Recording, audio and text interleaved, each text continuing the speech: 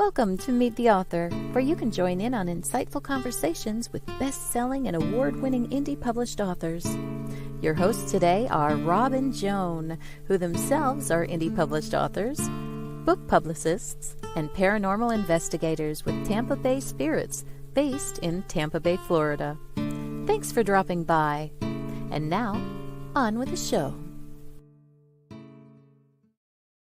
Hi, I'm Rob. And I'm Joan. And we're so glad that you decided to tune in today, whether you're watching us as a podcast or if you're listening to us as a podcast.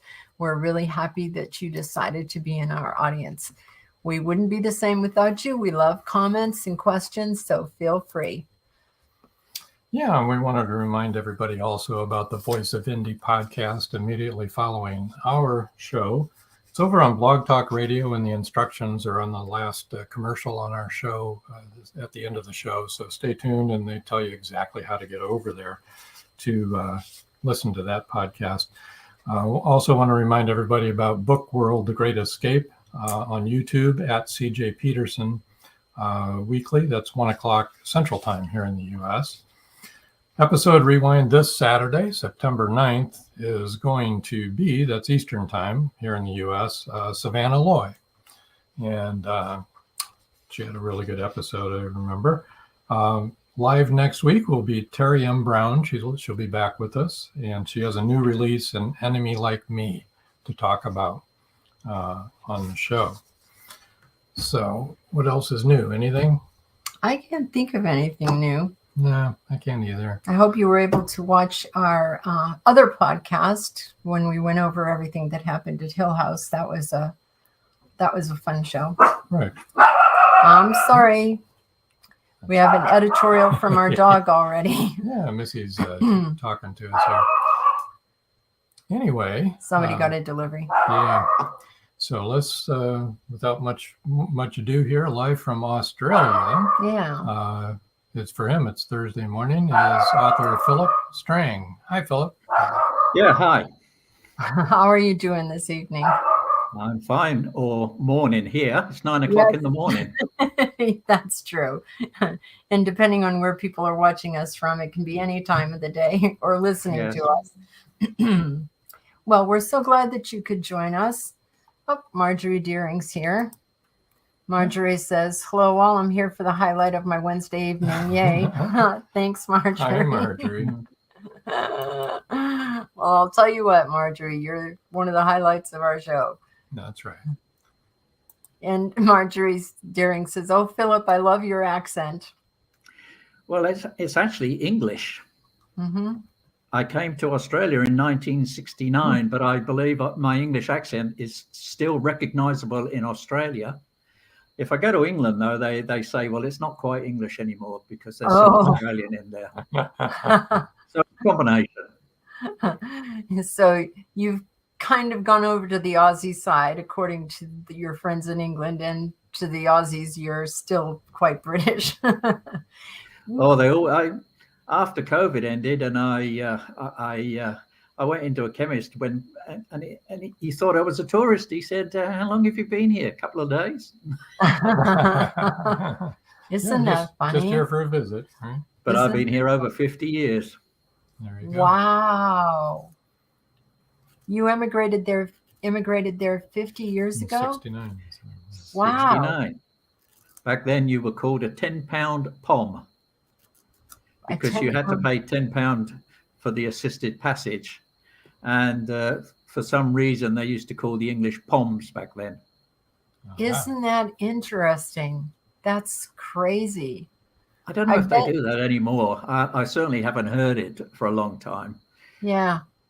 I wonder too, if it's different, the immigration laws now, because a lot of countries are changing their immigration laws and making it more difficult for people to immigrate. And there was certainly, I suspect, a White Australia policy. It was sort of not official back in the 60s, but definitely not now. And people from everywhere in the world are welcome to come, as long as they fill in a piece of paper. But yeah, there you go.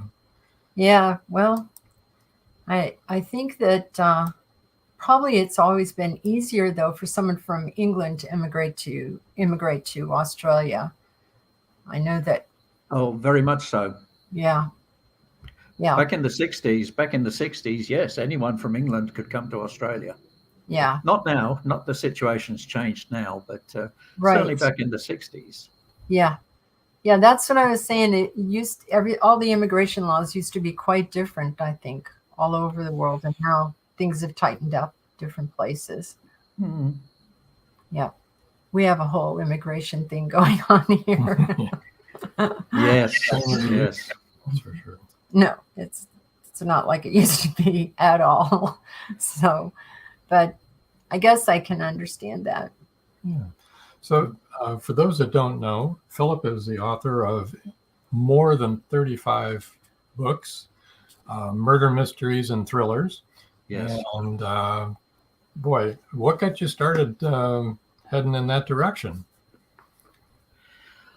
I suppose it was my wife and my daughter who said, well, you should sit down and write, because I'd traveled a lot. I'd been to a lot of, although we haven't mentioned it yet, but I spent about 20 years overseas building mobile phone networks, or the infrastructure, or cell phone networks, as you would know in America.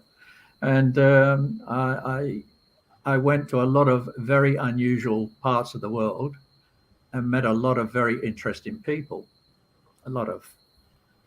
Yes. So they said, well, you should sit down and write. And I did. And I found words just poured out of me. I mean, for the first year or so, I would sit down and write 10 to 12,000 words in a day. Wow. I couldn't do that now. I definitely couldn't do that now. But they just poured out of me, all these stories. But of course, it was just, at that point in time, it was just stories of places I'd been, characters I'd met, changed the names, changed some of the certain aspects. Yeah. Had you always? That's what got me started, and then I found that I could do it, and I enjoyed it. I mean, I think on reflection, I've got more satisfaction out of writing than any other venture in my life. How did you first publish? When you went to publish your first book, how did you do it? Initially, on the first book, I thought I was writing the great novel, so I sent it off to various publishers, and they came back and told me quite politely that it wasn't the great novel. That's when I got on YouTube, and then I started researching, and eventually I self-published on Amazon. Okay. Yeah, that's the easy way to begin.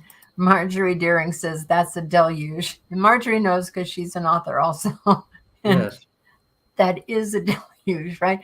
Only that we could sit down and write 10 to 12,000 words a day, I would be happy. I wouldn't be able to do it now, because I'm a much more critical. At that point in time, I was just writing. Right. And I suspect of the 10 to 12,000 that I wrote, probably half of them ended up being deleted eventually as I tried to put it into a story. Right. Yeah, that's the difficult part, isn't it? When we have to self-edit and go back. And I know we change things constantly. Don't like it when we reread it. But I mean, I'd been to so many interesting places. I mean, We lived in Pakistan for 3 years. I was in Afghanistan for a year with a private company. This was 2003. So it's not long after the Taliban were kicked out. And they were keeping a low profile at that time. It's strange, though, because of the Taliban and their strict adherence to law and order. You used to see quite a few guys with one hand, because that was what they did to a thief. And it was safe. It was safe because no one would indulge in crime at that point in time. Yeah, because they were terrified. And of course, if you've been to a place like that and you've been to all of these major cities in Afghanistan and also Pakistan, you meet a lot of people, you see a lot of scenery, a lot of characters. I also was interested in the history. So there was plenty of material to write about. Yeah, especially seeing everything that you saw up close and personal. Oh, yes. Well, let me ask you a question that everyone usually wants to know. And if you are not familiar with these terms, let me know. Are you a pantser or a plotter? Pantser. Yeah. Fly by the seat of your pants and just write, no outline? I tried in the early days to plot, but I found it didn't work for me. So basically, I just sit down, sometimes with an idea, sometimes not, and I just write forward, and I write from the beginning to the end. I don't write bits at the end or bits in the middle or any of that. I just write from the beginning to the end. I'm not sure it's the ideal way to do it, but it's the only way that works for me at this present time. I think that, I think everybody has to write the way that they need to write, and I don't think there's any right way or wrong way. I really don't. Right. I mean, there's Correct. a lot of discussion about, first person, second person, third person, and, in what type of third person omniscient. And I think that, I think you need to write the way that you need to write and not worry about all that stuff. I know with crime thrillers that as I'm writing, I myself do not ultimately know who the culprit is, who's the murderer, until basically the last chapter, almost the last paragraph, because it's working to a culmination. So if no one's ever said it, but if they said I figured it out halfway through, they didn't, because I had no clue at this point in time. At that point in time. Wow, that's amazing. Now, has that been true with all of your books? Yes, I believe so. That is really amazing. Oh, you are a true pantser. Right. Yes, because as it's moving forward, you end up with 3 or 4 potential murderers, and everyone's got a story, or would have been glad if the person had died for one reason or the other. So I think the story just works through, and eventually people drop away because they obviously couldn't be the murderer. You might want them to be the murderer because they were a nasty piece of work, but that doesn't mean they're the murderer in the end. So it's going to be the last chapter or the last paragraph or so before I reach that point. That's incredible. I've never known anyone that wrote like that. I think that we're pantsers, and things change as we're writing because the characters take you on a different path maybe than you were intending to go. You know what I mean? Your characters all of a sudden are, going this way and you wanted to go that way.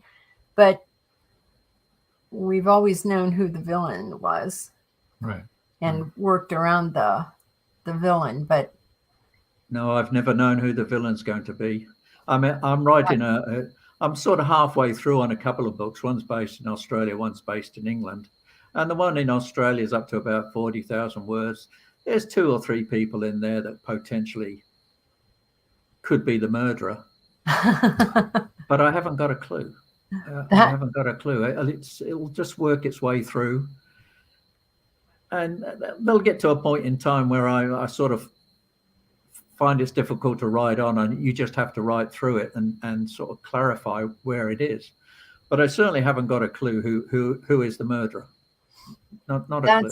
That's really interesting. Now, which one of your series is that in that you're writing now? I'm writing the third book on the series based in Sydney. Okay, that's. And I'm also writing another book based in London. Aha. So this is your latest books here, Dark Streets, yeah. And Pinch Gut. And Pinch Gut right here. Hmm. And that's the same heroine, right? That's the Sergeant Natalie Campbell series, is that right? Sergeant Natalie Campbell. Okay. And that takes place. That's based in Sydney. Sydney. It looked like Sydney. Yeah. Well, that's Sydney Harbour Bridge, and that's kind of looks like that's a ferry on the down the bottom right hand side of Circular Quay. Interesting. Okay. And now, so is now this book going to be part of the Sergeant Natalie Campbell series? Yes, it'll be the same. It'll be Sergeant Natalie Campbell. So that'll be book number 3.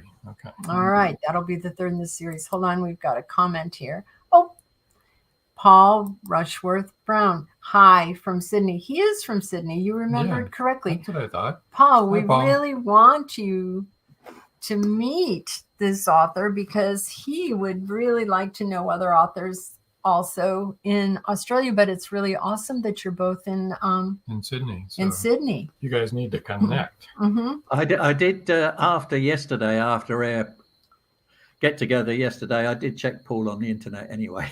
Did you? Okay, cool. Yeah, I did look him up. Yeah, he can tell you all about that fair that we were telling you about. The book fair, yes. Book fair. Mm-hmm. Coming up in October. Marjorie Daring says, I think most of us pantsers write with at least one leg in our trousers rather than jumping in with both at the last minute. It's amazing that you're able to do what you do. Right, Marjorie? That I'm impressed with that. That's crazy. I am so impressed, and it's amazing.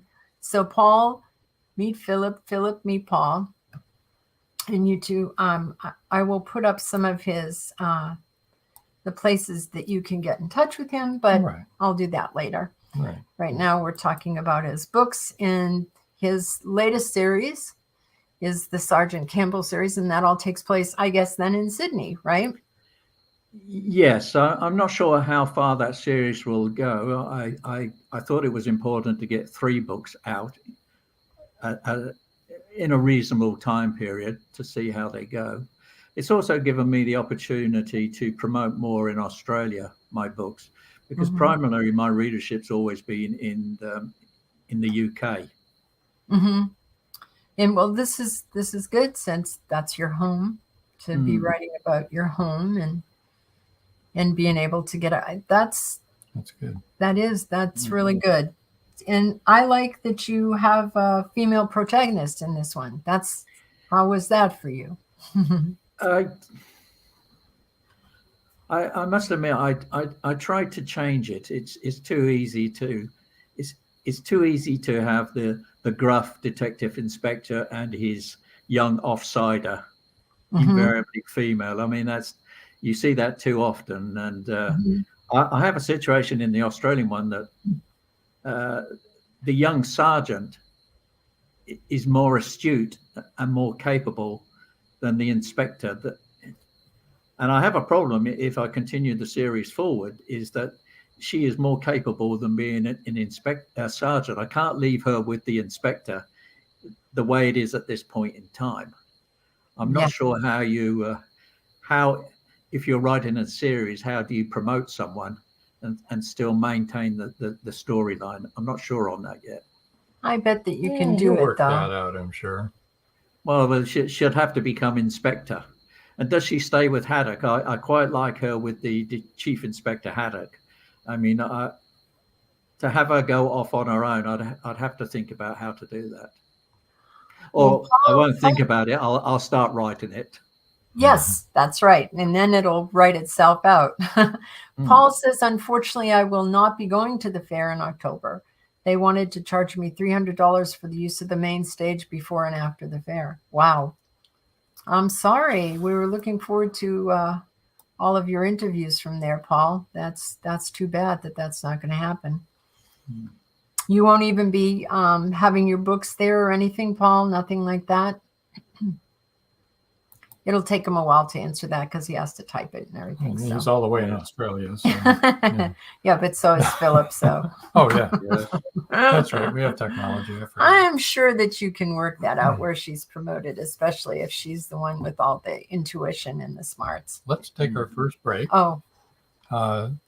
To satisfy the sponsors here, our wonderful sponsors. And we'll be back in about 3 minutes, so nobody go away, okay? Yep. Stay tuned, okay? Stay tuned. It's 1919, and Eric Laska returns from the war in Europe. 2 new enemies await him in the small coal mining town he calls home. One is a threat to his relationship with Rebecca, the love of his life. The other, a bloodthirsty beast, is stalking the mining town residents. The townspeople suspect Eric of one of the killings. An old man and Rebecca's 11-year-old sister have seen the beast, but only Eric believes their story. To protect the town and clear his name, he's forced to prove the werewolf exists. Available on Amazon. The Horror Within by Marjorie Swift Doring. The clock is ticking. Can Gracie uncover the truth? Philip Pliant is the wealthy opportunist plastics dealer and CEO of Pliant Industries. He's also a master thief, creating a pervasive threat to the manufacturing infrastructure in the Caribbean islands markets. With the cartel as his stealth client, the naive city leaders have been seduced, enabling the production of more than 3-dimensional building materials. The expected profits are monstrous. Is the art group, now led by Gracie and the family heirs, strong enough to win against this predator? Can JJ's cats act on the root cause analysis in time? Will Gracie be able to squash Pliant and the cartels? Gracie never considered their lives would hang in the balance. The clock is ticking. 5, 4, 3.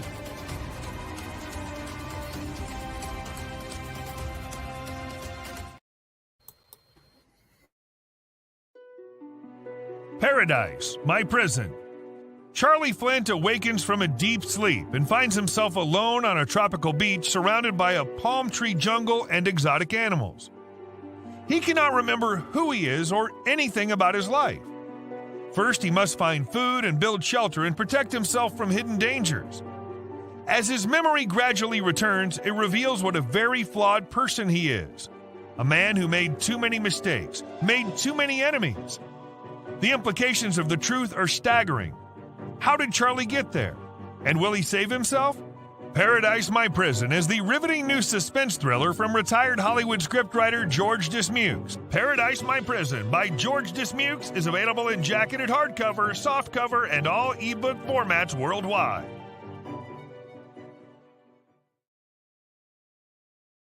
And we're back. Okay, so we talked about your latest series, which is Sergeant Natalie Campbell, and now you have a conundrum: how to make her a DI. Well, how to take the story forward, because she can't stay as a young sergeant to the current inspector indefinitely. Right. But let's see how it goes. I don't even think about moving it forward. I've not considered that at this point in time. I'm just wading through another story at the present moment. So got to get that out of the way first. You'll figure it out, I'm sure. You will. It'll have a way of writing itself, I think. Oh, yes. I have to sit down. I think it's good that I do have the time and a quiet spot where I can sit down and write. But I find that writing, in the early days, writing came easy. Nowadays, I need to sit down and focus on it. And I'm probably, if I can get 2,000 to 3,000 words out in a day, that's about it, I think. That's still good. That's real good. That's very good. Oh, yes. Keep up that pace. And you'll still enjoy it. Do what you can enjoy. We co-authors, so there's a lot of talking and rewriting that goes on as we write.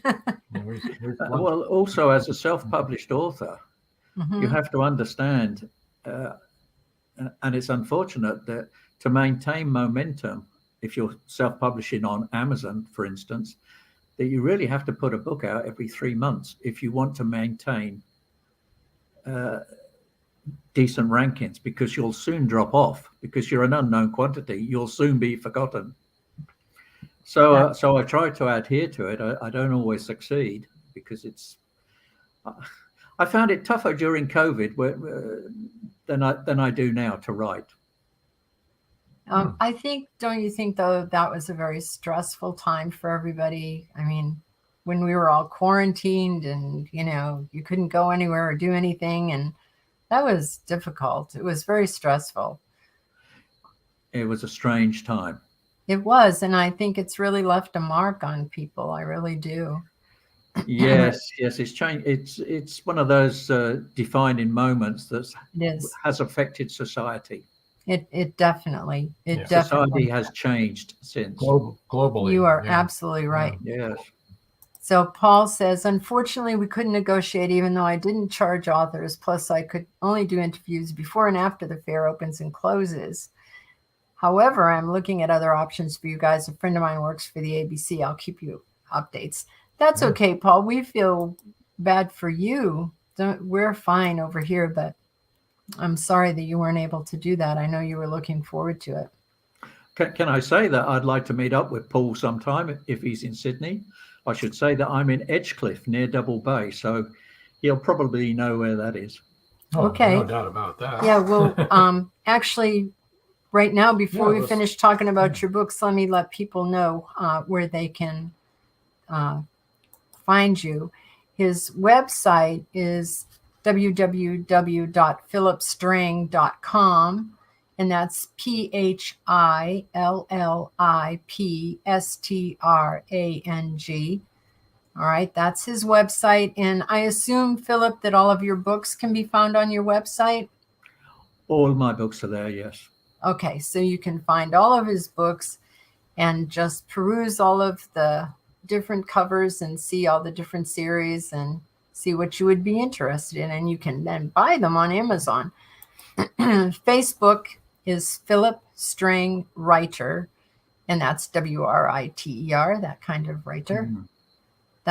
You can find him there on Facebook. And then, Paul, you can email him at phillip@phillipstrang.com. And of course, anyone can email him there at phillip@phillipstrang.com. Do you want to do the book giveaway now? Yeah, let's go ahead and do that and get it so people can get entered into it. Our book giveaway tonight, the first 3 people to email phillip@phillipstrang.com will win an ebook copy of Death Unholy. And do you want to tell us a little bit about Death Unholy? Let's bring that up. Let's find it here. That'll be at the end. Right there. There it is. Yep. Let's take that other email banner down so we can see the cover. So everybody go ahead and enter. And I tell you what, even if you're watching this after the live show has aired, feel free to go ahead and email Phillip at phillipstrang.com, and he may have extra copies available that he'd like to send to you. So, no problems to me. I must have given away tens of thousands of Death Unholy over the years. No problems at all. There you go. And it's phillip@phillipstrang.com. Yep. So, Paul, if you could email him there and introduce yourself to him, and then maybe you guys can get together and meet and help each other out. Whoops, sorry. Yes. Well, let's go back to your series. Yeah. Can you give us like a little overview of the Tremaine series? I was writing about DCI Isaac Cook, which is based in London. He's a DCI Isaac Cook in London. He's the son of Jamaican immigrants. The reason I chose that was because I worked in Jamaica for a year. My wife and myself were in Jamaica for a year. So that gave me the idea for Jamaica. Actually, the character is based on someone I met in Africa. He's actually Senegalese, and he's certainly not Jamaican. And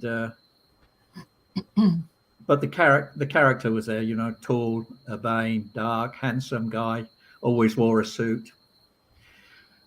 Tremaine is based in Salisbury. And the reason I chose Salisbury is because I grew up in Salisbury, or at least when I say I grew up in Salisbury, I lived there from about the age of 9 up until 21 when I came to Australia. So it's where I went to school, Salisbury. And Salisbury, for those who know of Salisbury, who've been there, it's got a lot of history, a lot of old history there, a lot of interesting places. And Death Unholy, I came up with the concept and of a desolate village down the end of a lane, which a couple of 100 years ago would have been isolated from the world, but now is accessible. And then I'm not even sure I went to the village. It's near Salisbury. You get on Google Street View and you can drive through, and you can drive up every little alley and laneway or whatever else. You can see the church and whatever. That was my first book in the series. I tried to make it a little obscure, sort of things that go bump in the night but don't really go bump in the night. Trying to get the atmosphere of a lonely village in the countryside in England in winter. Hardly anyone around. These places lend themselves for thinking of doom and gloom. And I thought it turned out okay. And then I subsequently wrote another 9 books in the Tremaine series. Yet again, I'm not sure how to go forward on that, because Tremaine was always complaining about his old age and his aches and pains. And Claire Yarwood, his offsider, yet again, the young female offsider. I mean, she can't stay as a sergeant, and she's just had a child, so that's going to make a different dynamics to it. I'm not sure I want to go into a prequel or whatever, what happened before they met up or so on. But I like the characters and I like the story. And people have asked me before, because the inspector's sort of taciturn type of guy. And they say, well, who's he based on? I would say he's based on me, basically. Although I don't drink and I don't smoke and I don't swear and I don't complain about aches and pains, but I think there's a lot of similarities there. George Dismukes is in the house. He said, egad, sorry, better late than never. Welcome aboard, Hi, George. Hi. We're so glad that you're here. This is Philip. I think that you would really like him. And you won't believe this, George, but when he writes a mystery, he doesn't know until the last chapter who done it. And he's the author. So we're all really quite impressed with that, to say the least. So Tremaine, okay, so now there are 9 books in the Tremaine series, right? Yeah. 10, so 10 now. 10 now. So yeah, if he's complaining from the first one that, he's getting old and and creaks when he walks. And then, I see what you're saying there. I love the titles of the Tremaine series. You have Death Unholy, of course. You have Death and the Assassin's Blade, Death and the Lucky Man, Death at Coombe Farm, Dead Man's Hand, Death in the Village, Burial Mound, Body in the Ditch, The Horse's Mouth, and Montfield's Madness. Death in the Assassin's Blade. The idea for that came from if you're in Salisbury, outside of Salisbury, there's a place called Old Sarum. That's not actually Old Sarum. That's a place called Corf's Castle in Dorset. But Old Sarum's an old Anglo-Saxon fort, and I can remember from my childhood, the Amateur Dramatic Society used to do open air productions up there of a night time. So they were doing a production of Julius Caesar, and so you have the scene where the conspirators all get together and put a dagger into Julius Caesar, except one of them wasn't a plastic retractable blade. One was an actual blade. And of course, the question is who changed it and who dealt the blow that killed the guy who was playing Julius Caesar. Too brute. Yeah, Death on the Lucky Farm, The Lucky Man, was about a guy who won the lottery, a most undeserving character who went crazy with the money and ultimately ended up being killed as a result of it. And, yikes. Okay, and strange, Death at Coombe Farm. The idea for that came because when I was at school, I had a friend who lived on a farm, and I went out there and stayed there a couple of times. And then I'm looking on the internet and I find that not him, but his brother's in serious conflict with the mother about the inheritance of the farm, who takes over the farm, and it went as far as the High Court in London. So I could imagine the farm.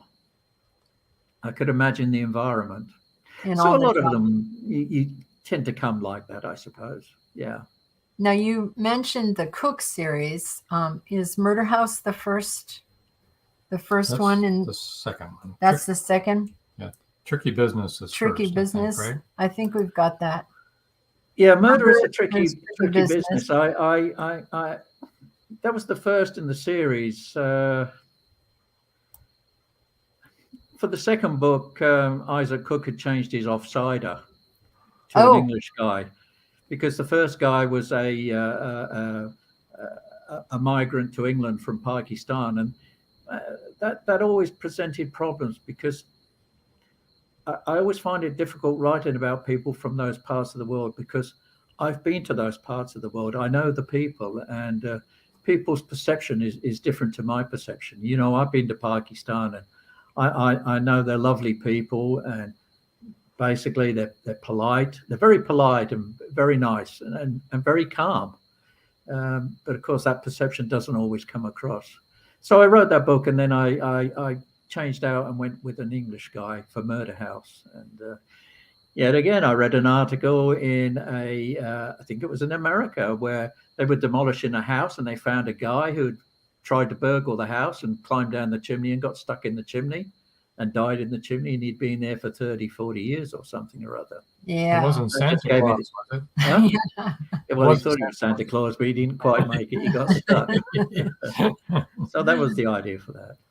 Oh. You know, when you hear those stories, and you do hear them, I'm always thinking, didn't anyone smell anything? I mean, come on. Yeah, you'd think so. I know.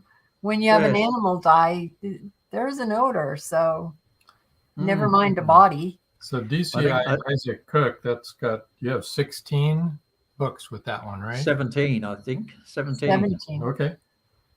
Yeah. That's a lot of books in a series. That's great. Yeah, I think I could write on that story. It tends to be centered around Notting Hill, Paddington, Kensington area, Knightsbridge, that sort of area. I'm not sure if I can move the story out of that particular area, but there's a lot. If you go to London's got a lot of places you can write about, a lot of history there that you can get involved in, and you can go on Google Street View. You can dive down everywhere there. I love that there's a Google Street. I really do. Oh, because, yes. You know, what we know of as Google is Ask Google. Oh, yes. Yeah, but I love that name. There you go. We should probably do our commercial. Our next commercial? Our last commercial break. All right. Hold on just for a minute and we'll be right back. Don't go away.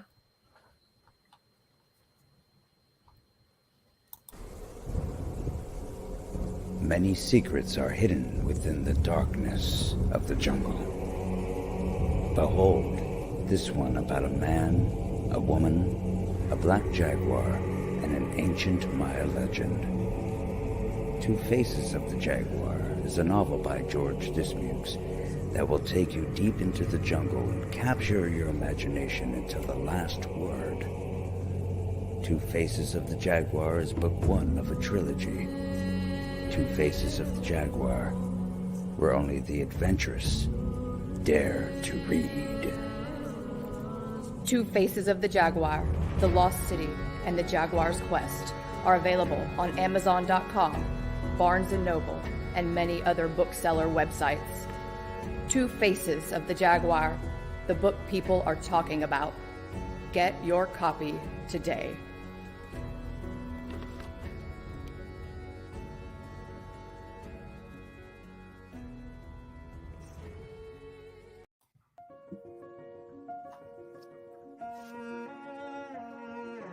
Mystery hovers in the Magnolia Bluff Public Library. It has nothing to do with the hundreds of suspense novels on its shelves. Caroline McCluskey is the librarian. She finds a crimson hat and a black and white poodle puppy. They belong to Esther Williams. Esther is missing. The police can't find her. Neither can the FBI. Esther's only hope is a ring of 3 women investigators who form the Round Table. The Round Table has already solved one mystery in town, but this time, a woman's life is at stake. The Doggone Diamond Dilemma is now available on Amazon. Madison Jackson loved being a cop. A young girl is raped and murdered near Burnett Reservoir. Madison vows to get justice for the child. Madison travels to the heart of Mexican cartel country. She is kidnapped, tortured. Will Madison ever make it home?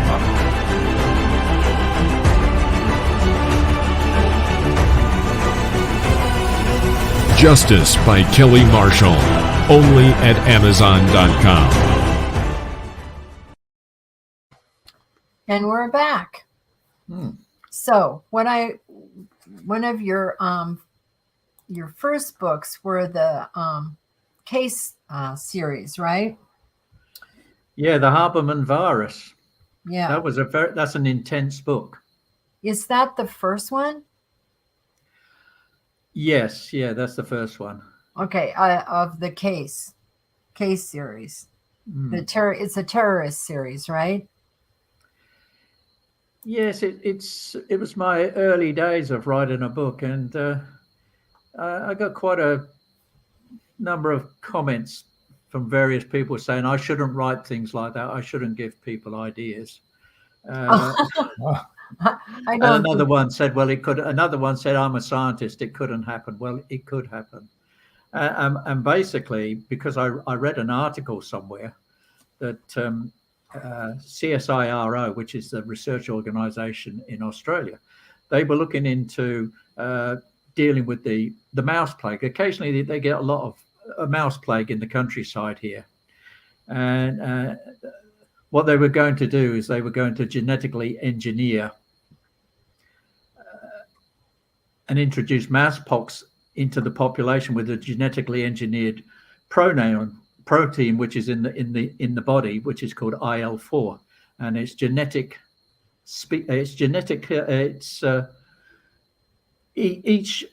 Each species has a different version of the IL-4. So, but what they found was it was meant to act as onto the anti-immune system and become like a contraceptive. But they found with the mice, it just killed them dead. So the concept was, and I did read about it, was that you could do that to smallpox, and you would have smallpox with this IL-4, and it would effectively kill people, and it would kill hundreds of millions of people. Now, I got a lot of flack about it. And then several years later, Bill Gates said it was the greatest terror threat of all, the potential of this. But it was intense. I did so much scientific research on it to try and understand it. I was wondering, I didn't get a knock on the door saying, "Why are you looking up things like this?" Right? Because it was incredibly complex. The things we do, right? Yeah. But I think in truth, the book should have been one of these 600-page monsters. Yeah. To do it justice and to wind it along, whereas I couldn't do that at that point in time. I'm not even sure I could do it now. Yeah. But I was sort of pleased with that book, but crime thrillers sell a lot better, actually. Yeah, but you enjoyed writing that one and doing the research. And then Malika's Revenge was also in your case series. That's a really great cover. I got to say, I love it. Well, I did the cover. Beautiful. I did the cover. The only cover I didn't do is the Haberman virus. Oh. But after that, I didn't do that cover. I paid someone to do that cover. The problem is if you get an ebook cover, then you're going to need a paperback cover, and then you're going to need a 3D version of the book. Then you're going to need a Facebook banner, and so on and so on. It all sort of builds up. So I've been doing them myself on Photoshop. Oh, they look great to me. Yeah, all your covers look really good. But Malika's Revenge is the book I enjoyed most because it was very detailed, and I based it on a story I saw it in an English newspaper. It was about a drug smuggler's village just across the northern border from Kunduz in Afghanistan into Tajikistan. It was like the end of the road where gangsters were and women who reached the end of the line who were heroin addicted. It was pretty grim and nasty, and Afghan smugglers coming across the river of a night time, dodging the police and the military, or paying them off, or whatever else. So it was very detailed. So it was a Tajiki drug baron, Russian Secret Service, Afghan warlords, and so on and so on. And I enjoyed writing that, and it's quite detailed. But I found a lot of people found it was a fairly grim subject to write about. But I'd also been to Kunduz in northern Afghanistan, one of our trips up to there. So I knew the environment. I could feel the place. I could feel it. I'd never been to a drug smuggler's village, but I could feel the environment. I knew what I was writing about. Mm-hmm.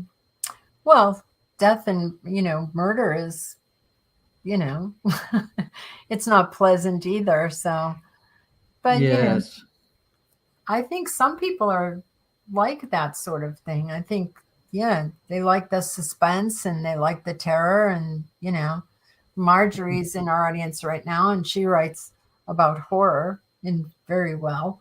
Yeah. She's a lovely person and writes very scary stuff.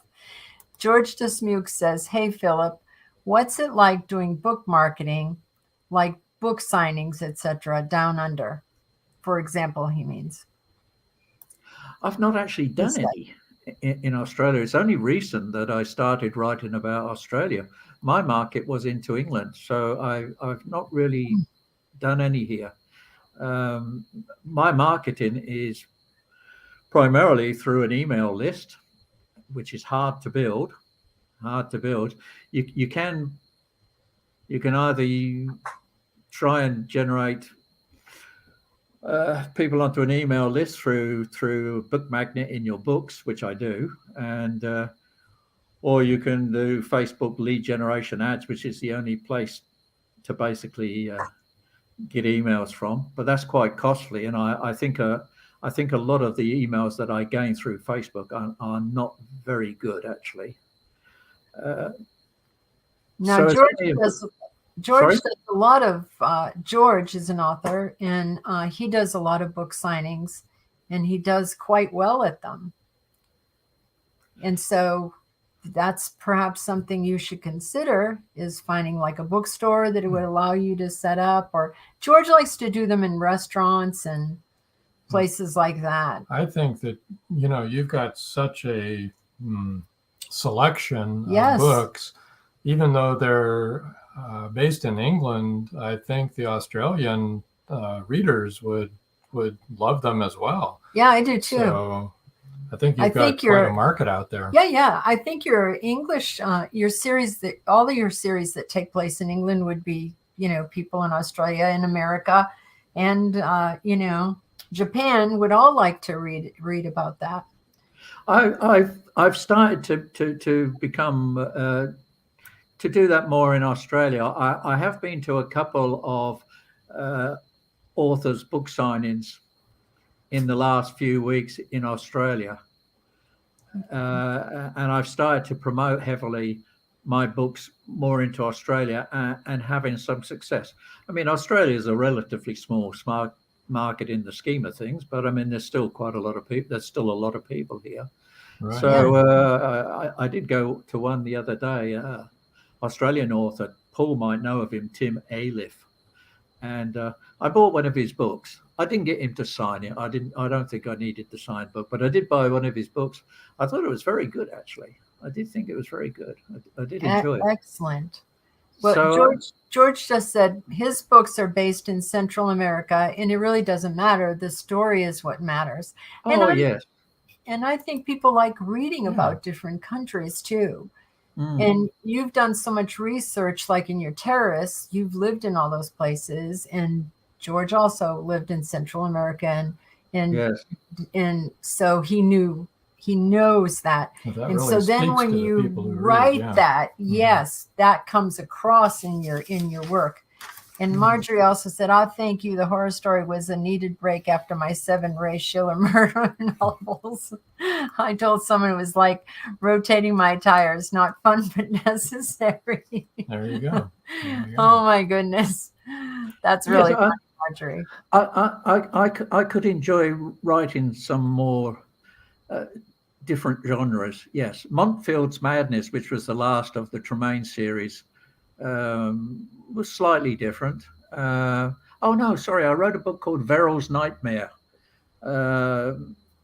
which had a touch of the occult in it, and I enjoyed writing that. But if you've built up a market in writing crime thrillers, then you need to build a market in the other genres as well. And I thought I've tried several times, and I really want to do it. I really want to get Malika's Revenge to go, because I think the depth of that book is interesting. I prefer that. It's not everyone's cup of tea, because it dives into some people in pretty bad situations, so I didn't want to. Not everyone goes for it, but Malika's Revenge is the book I'm possibly most proud of. That's good. Now, Paul Rushworth Brown says, "I market my novels and other coins like India and the UK, where they're really popular." And we told you his books are all historical novels and very. Yes, I did say that. Very so Paul would know the significance of the second title of my Australian series, Pinchgut. He would know the significance of that title. All right, what is the significance? Because I don't have a clue. Pinchgut. Okay, that is actually a Fort Denison, which is in Sydney Harbour.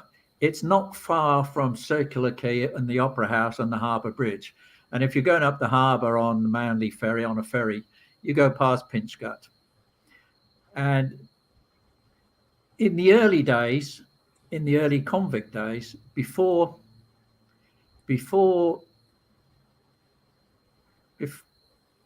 trying to think back to what the story now. If they had in the early days when there was a convict settlement and they had difficult prisoners, they'd stick them out there for a while, chained out there on very, very short rations. So when they came back, people would say they had a pinched gut. Oh. They didn't actually go pinch their gut. Yeah, because they literally, their punishment was to be stuck on the island in all the elements and starved. There was no fort there at that point in time. Wow. That's interesting. Unfortunately, and the only damage that happened to Fort Denison or Pinchgut, it never fired a shot in anger. It was never used for that purpose. And the only damage incurred to it was from an American Navy cruiser during the Second World War. Whoops, sorry about that. No, there was a Japanese subs, miniature subs, mini subs came in to try and attack the naval base in Garden Island, and the Navy cruiser fired at the submarines and hit the side of the tower at Pinchgut. Okay, well, I'm not sorry then, because we were it was an accident. Okay. Yeah, there you go. Sorry about that. It was an accident, but George Dismuke says Captain Bligh was sent to run that prison for a while. Perfect match at Pinchgut. And they had a mutiny as well with Captain Bligh here as well. They had trouble with Captain Bligh. That's correct. Paul Rushworth Brown said, Philip, contact my PA Haley and we can organize another interview. HaleyBrownPA@gmail.com. I'll have to write that down. Haley Brown. Yeah. Excuse me. Sorry.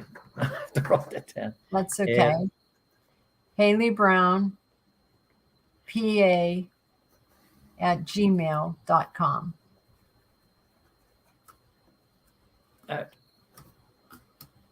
gmail.com. I have to be careful. All right, it's Haley. I hardly ever write. My writing's terrible now. Oh, so is mine. Haley is HAYLEYBROWNPA@gmail.com. You got it? Yeah, I've got it. Awesome. Let us know if you have trouble and we can help. Yeah, sure. We can make sure you guys get to chat with each other.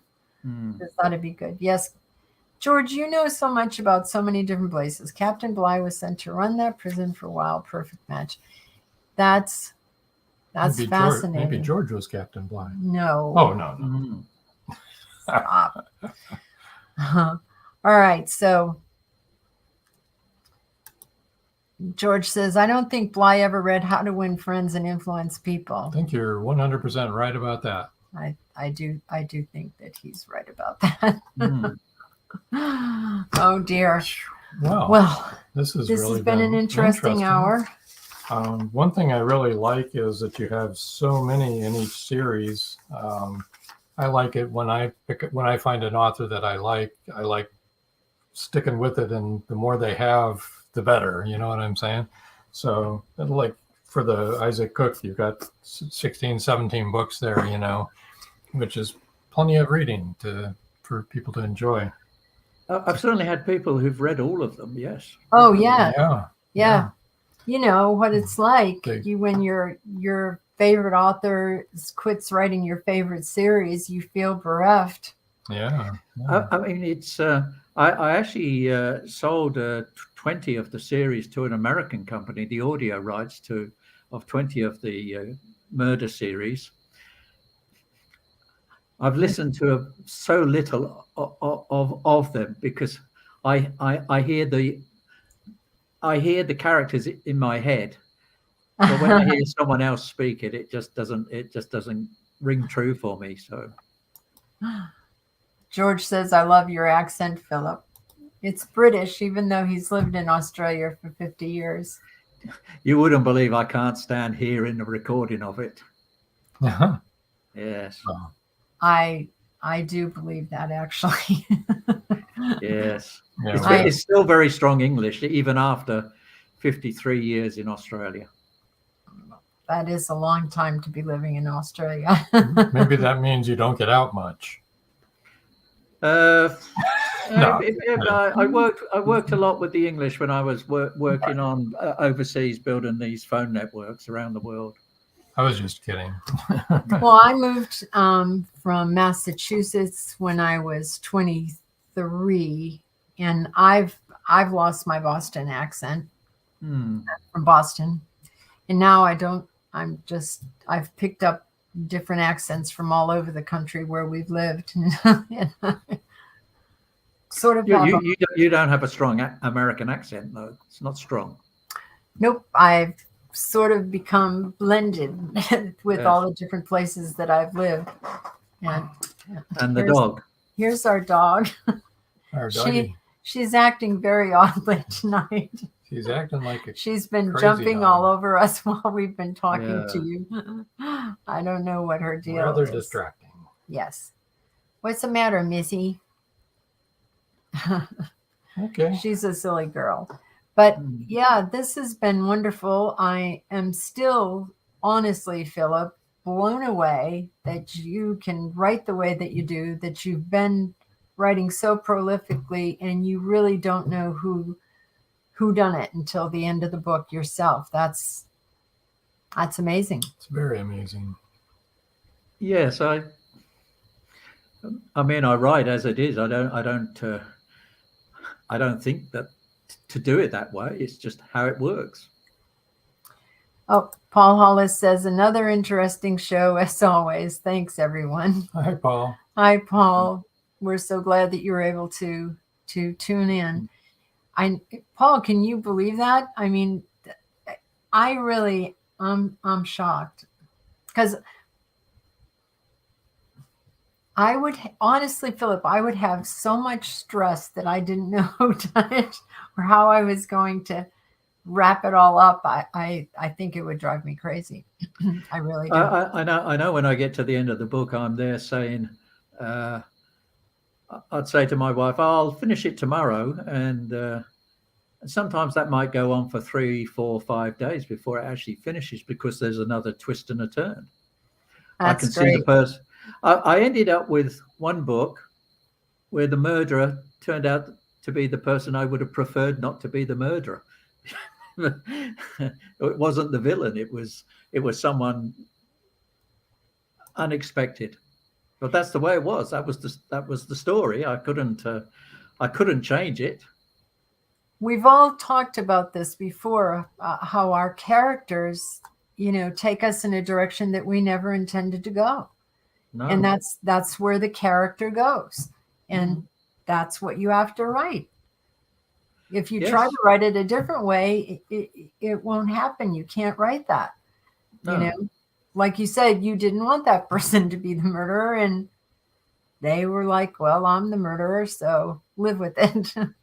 Well, I think the person who I wanted to be, or who I thought was the murderer, I mean, obviously by the last chapter or the last few paragraphs, I'm getting an inkling of who it should be. And then it became clear that the person who I thought it was going to be could not be the murderer. I can't remember why. Wrong place. They weren't in the right place at the right time, or there was a clue that didn't match up, or whatever. I don't know. I can't remember that much now. But I tend not to remember too much about all of the books. I can remember an overview of each story, but I can't remember all of the details. Yeah, it's that many books. I can understand. George DeSnuke says, Paradise, my prison ending surprised the devil out of me. I had no idea. Yeah, so that's how it is. Yep. That was a good ending too, George. It was shocking. Yeah, sure. And surprising.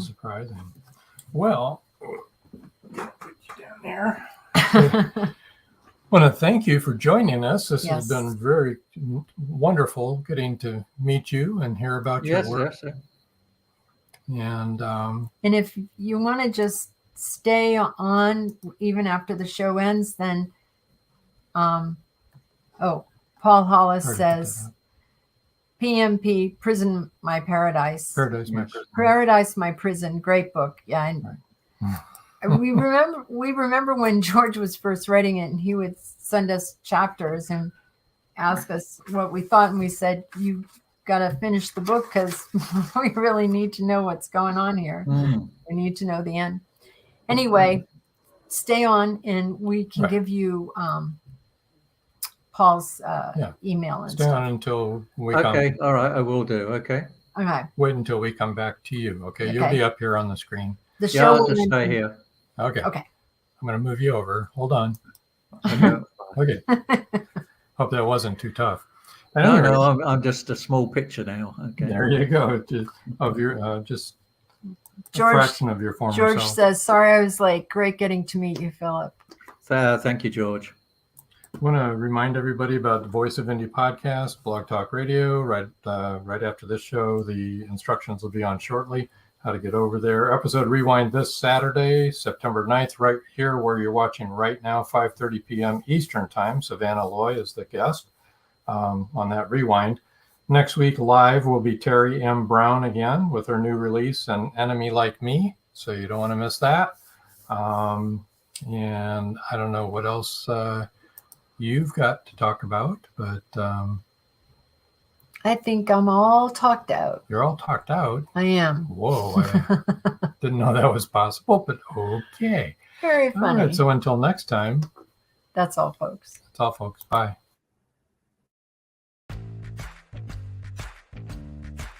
Live every Wednesday, your Voice of Indie hosts Beam Weeks and Stephen Gees welcome authors, musicians, publishing industry pros, artists, and assorted creative guests for an exciting interactive hour. Call in during the show or post questions and comments on Twitter for responses in real time. Meet your favorite indie creators, learn inside tips, network, and promote your work. The link for each week's show is pinned on Twitter atop @VoiceOfIndie, and you can receive the link every Wednesday morning in your inbox by subscribing to our newsletter at freshinkgroup.com. Check out Voice of Indie every Wednesday on Blog Talk Radio and catch hundreds of episodes archived everywhere from our websites to our YouTube channel and Spotify.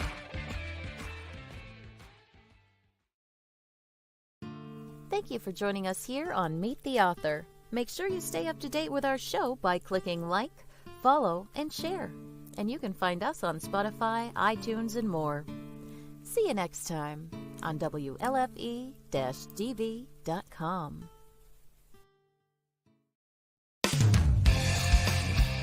You've been listening to WLFE-DB.com, where our shows